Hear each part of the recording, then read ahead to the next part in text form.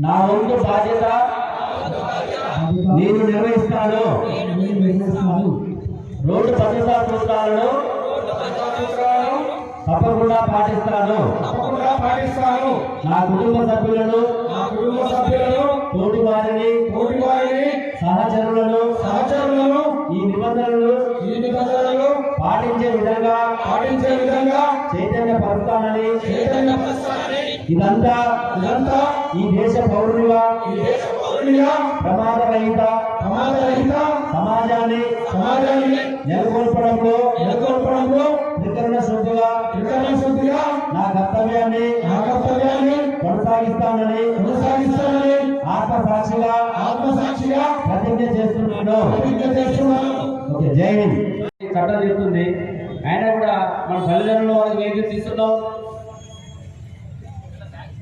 మన పిల్లలు కూడా తెలిసి ఆ తప్పు చేస్తున్నాం కాబట్టి మైనర్స్కి డ్రైవింగ్ ఇవ్వద్దు. అదేవిధంగా హెల్మెట్ లేకుండా డ్రైవింగ్, బాడీలో ఎక్కడ జరిగినా కూడా కాలు ఇరిగినా చేయి ఇరిగినా కూడా పెద్ద ఇబ్బంది ఉంటుంది. కానీ హెడ్ ఇంజరీ అయినప్పుడు ఇమీడియట్గా చనిపోయే అవకాశం ఉంటుంది. మనం సెల్ ఫోన్ కొనుక్కుంటాం, 10,000 రూపాయలు 20 రూపాయలు సెల్ ఫోన్ కొనుక్కుంటాం, దానికి మంచిగా ఘాట్ వేసుకుంటాం 1,000 రూపాయలు పెట్టి. కానీ మనకి విలువ కట్టలేని ప్రాణం అంది. ఈ విలువ కట్టలేని ప్రాణానికి 1,000 రూపాయలు 2,000 పెట్టి హెల్మెట్ కొనుక్కోలేకపోతున్నాం. 1,00,000 రూపాయలు పెట్టి బైక్ కొంటున్నాం, 1,00,000 పెట్టి బుల్లెట్ కొంటున్నాం, హై ఎండ్ వెహికల్స్ కొంటున్నాం, కానీ హెల్మెట్ కొనట్లేదు. ఇది కూడా గమనించాలి. మీరందరూ కూడా ఇక దాదాపు 200 నుంచి 300 మంది స్టూడెంట్స్ వచ్చారు. అదేవిధంగా ఇక మన ప్రత్యేకంగా ఉన్నారు ఇక్కడ.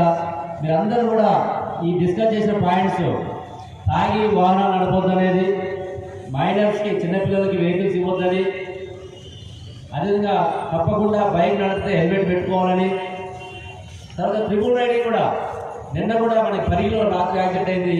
బైక్ మీద 3 నడుపుతున్నారు, ఎదురుకు వస్తున్న ఆటోకి తగిలి 2 చనిపోవడం జరిగింది. స్టూడెంట్స్, బీటెక్ చేస్తున్న స్టూడెంట్స్, డిగ్రీ అని బీటెక్ చేస్తున్నారు. మరి ఆ కుటుంబానికి ఎంత బాధ ఉంటుంది అనేది మనం ఆలోచన చేయాలి.